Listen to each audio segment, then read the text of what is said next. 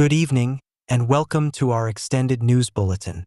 Tonight, we bring you updates from around the globe, covering a range of significant events. Let's delve into the latest developments. Earthbeat, pulse of the planet.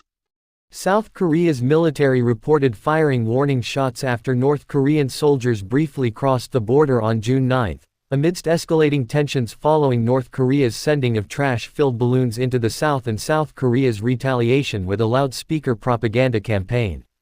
The incident occurred in the demilitarized zone (DMZ), with the North Korean soldiers retreating after warning broadcasts and shots were issued.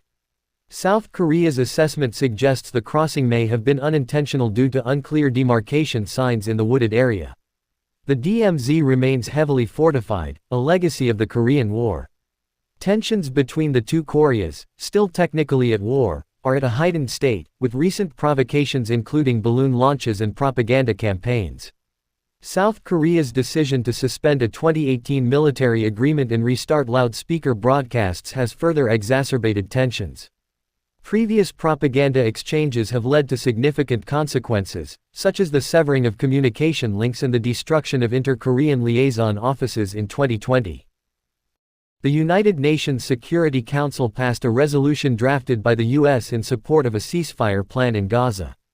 The resolution, supported by 14 votes and abstained by Russia, welcomes President Biden's truce and hostage release proposal. It calls for full implementation without delay or condition and urges Hamas to accept it. Hamas welcomed the resolution and expressed readiness for indirect negotiations.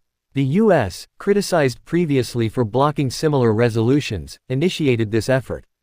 The proposed ceasefire includes immediate cessation of hostilities, prisoner exchange, and withdrawal of Israeli forces from populated areas in Gaza, enabling humanitarian aid distribution. U.S. officials consider unilateral talks with Hamas to release 5 American prisoners held in Gaza if ceasefire negotiations fail, aiming to strain U.S.-Israel relations and pressure the Israeli Prime Minister. Jordan is hosting an emergency aid summit to address the humanitarian crisis in war-torn Gaza, which has been enduring devastating conditions for over 8 months. The summit aims to enhance the international community's response to the situation, with participants including leaders, aid officials, and U.S. Secretary of State Antony Blinken. The proposed ceasefire plan involves Israel withdrawing from Gaza and Hamas releasing hostages in exchange for Palestinian prisoners, with negotiations ongoing for a permanent resolution. The conference seeks to discuss preparations for early recovery and garner commitments for a coordinated response to Gaza's humanitarian needs. The conflict, which began with Hamas's attack on southern Israel in October, has resulted in significant casualties and displacement, with aid access severely restricted.